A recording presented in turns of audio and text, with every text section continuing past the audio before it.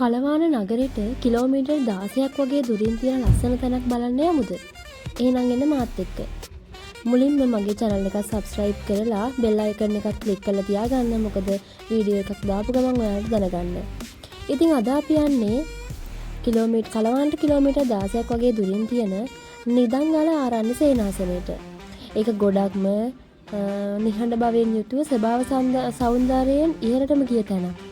ඉතින් මම ඒකට යන පාර වලට මුලින්ම කියන්නම්. කලවාන ටවුන් එකේ ඉඳලා යනකොට හම්බෙනවා නිකගොඩ හන්දිය.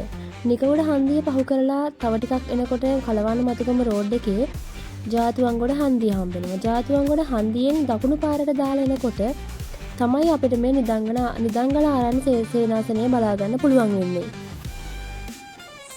ඔයාලා කවුරුත් දන්න කුකුලේ ගඟ ඩෑම් එක පාරේ එනකොට තමයි මේ ආරණ්‍ය සේනාසනයට යන පාර හම්බ වෙන්නේ. ඇත්තටම මේක පාර අයින නෙවෙයි තියෙන්නේ. පාරේ ඉඳන් සාමාන්‍යයෙන් කිලෝමීටර් 2ක් විතර ඇතුළට එන්න ඕනේ. ඒන පාරත් ඇත්තටම හරිම ලස්සනයි. මට පාරේ මුල ඉඳන් නම් ගන්න බැරි වුණා. ඒත් මම මග කිනම් ගත්තා. මේ තමයි ආරණ්‍ය සේනාසනයට යන පාර. ඉතින් මේක ඇත්තටම අපේ ගමට ආසන්නව තියෙන එච්චර ප්‍රසිද්ධ නැති ලස්සන සේනාසනයක්. ඉතින් මේකේ මේ අපි ආරණ්‍ය සේනාසනයට දැන් ඇතුල් වෙච්ච ගමන්මයි මේ ඒකේ තියෙන ලස්සන කැටයන් සිතුවම තමයි මේ ඔයාලට දැන් බලා ගන්න පුළුවන් වෙන්නේ. මෙතනට ආපු කෙනෙක් නම් දන්නවා මෙතන තියෙන ඇත්තටම සුන්දරත්වය සහ මෙතන තියෙන නිහඬ බව.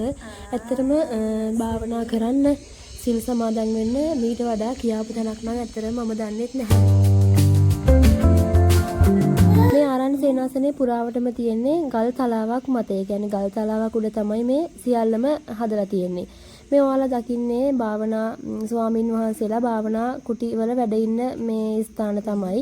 මේ වෙලාවේ නම් ස්වාමින් වහන්සේලා හිටියේ නැහැ. මේවට මොකක් හරි හේතුවක් මත දැන් ඇතුල් වෙන්න දෙන්නේ නැහැ. ඉස්සර නම් යන්න දුන්නා. ඉතින් අපි එනකොට ටිකක් රෑබෝ වුණා මේක බලලා. ඉතින් මේ තියෙන්නේ උඩ ඉඳන් ඔයාලට මේ ආරණ්‍ය සේනාසනයේ පේන හැටි. මේකේ දැන් ළඟදී ඉඳන් චෛත්‍යයක් හදාගෙන යනවා. ඒකේ වීඩියෝ එකකුත් මම ඔයාලට දාලා ඇති. මේ ආරණ්‍ය සේනාසනේ තව ලස්සන දැන් ගොඩක් තියෙනවා. මට ඒ ඔක්කොම වීඩියෝ කරගන්න බැරි වුණා. හැබැයි මම ළඟදිම ඒ ටිකත් අරගෙන ලස්සන වීඩියෝ එකක් ඔයාලට අරන් එන්නම්. එහෙනම් ගිහින් එන්නම්.